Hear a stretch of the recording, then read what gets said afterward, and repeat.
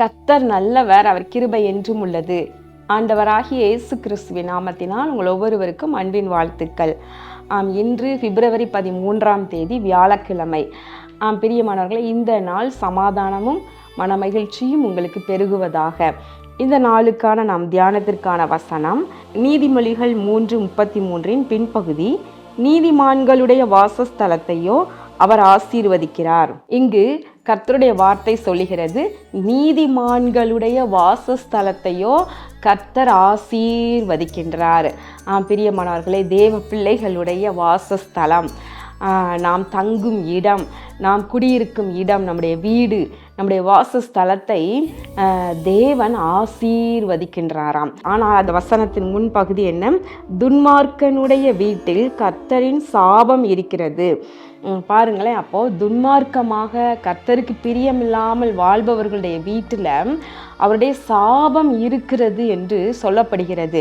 ஆனால் நீதிமான்கள் தங்கும் இடம், நீதிமானுடைய வாசஸ்தலமோ கர்த்தரால் ஆசீர்வதிக்கப்பட்ட ஒரு இடமாக இருக்கும். சில நேரங்களில் ஊழியத்தின் நிமித்தமாக நாங்கள் பல இடங்களுக்கு நாங்கள் டிராவல் பண்ணி போய் ப்ரேயர் பண்ணுவதற்கோ கூட்டங்கள் நடத்துவதற்கோ இப்படி பல இடங்களுக்கு நாங்கள் வெளியே சென்று வருவது உண்டு.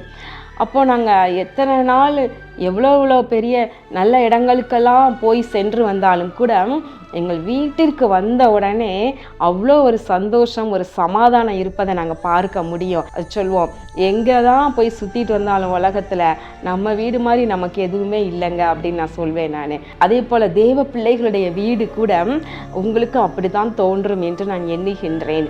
தேவனுடைய பிள்ளைகள், தேவ மனிதர்கள், அவர்களுடைய வாசஸ்தலங்கள் எல்லாம் ஆசீர்வதிக்கப்பட்டதாகவே வேதத்தில் நம்ம பார்க்கின்றோம். யாக்கோபுடைய வாசஸ்தலத்தை குறித்து என்ன சொல்லப்படுகிறது? என்னாகமம் 24வது அதிகாரத்தில் பிலேயாம் என்கிற தீர்க்கதரிசியின் மூலமாக இவ்விதம் சொல்லப்படுகின்றது.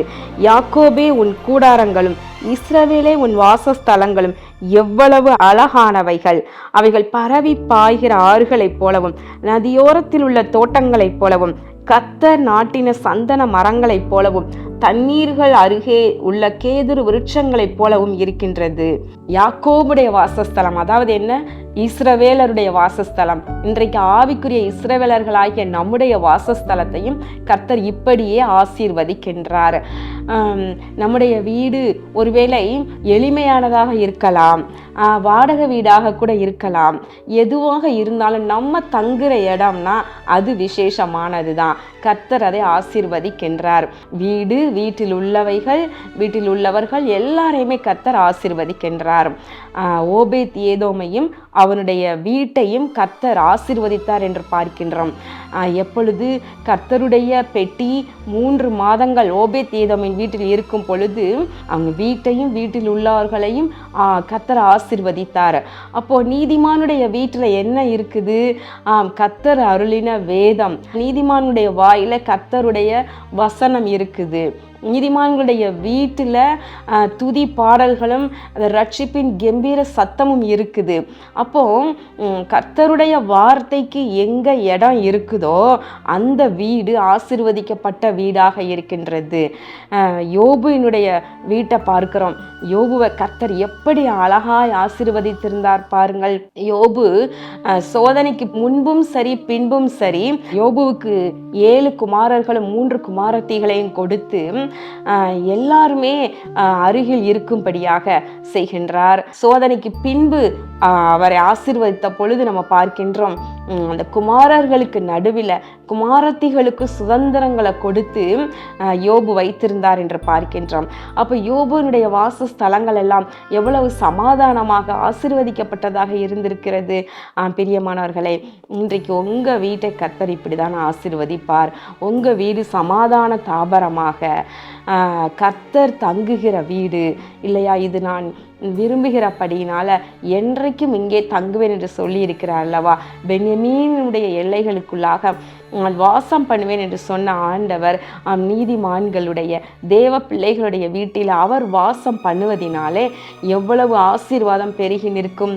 நீதிமானுடைய வீட்டிலே அதிக பொக்கிஷம் உண்டு என்று நீதிமொழிகள் அழகாய் 15வது அதிகாரம் 6வது வசனம் சொல்லுகிறது. அப்போ நீதிமான்களுடைய வீட்டில் பொக்கிஷங்கள் உண்டு. கர்த்தர் அருளுகிற ஆசீர்வாதங்கள் உண்டு. கண்களை மூடி ஜெபம் பண்ணுவோமா? எங்கள் அன்பின் பரலோக பிதாவே, இதோ இந்த நாளிலே நாங்கள் தியானித்த உம்முடைய வார்த்தையின்படி நீதிமான்களுடைய வாசஸ்தலத்தை கர்த்தர் ஆசீர்வதிக்கின்றார் என்று பார்க்கிறோம். இதோ உம்முடைய பிள்ளைகளுடைய வீட்டை ஆசீர்வதிப்பீராக.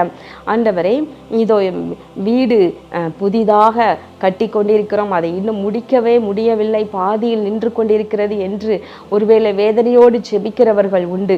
அப்படிப்பட்டவர்களுடைய வீட்டை அழகாய் நீர் கட்டி கொடுத்து உடைய பிள்ளைகளுடைய வாசஸ்தலங்களை ஆசீர்வதிப்பீராக. ஆண்டவரே, துன்மார்க்கன் நீதிமான்களுடைய வாசஸ்தலத்திற்கு விரோதமாக பதிவிராத படிக்கு கர்த்தாவே நீர் காத்தருளுவீராக.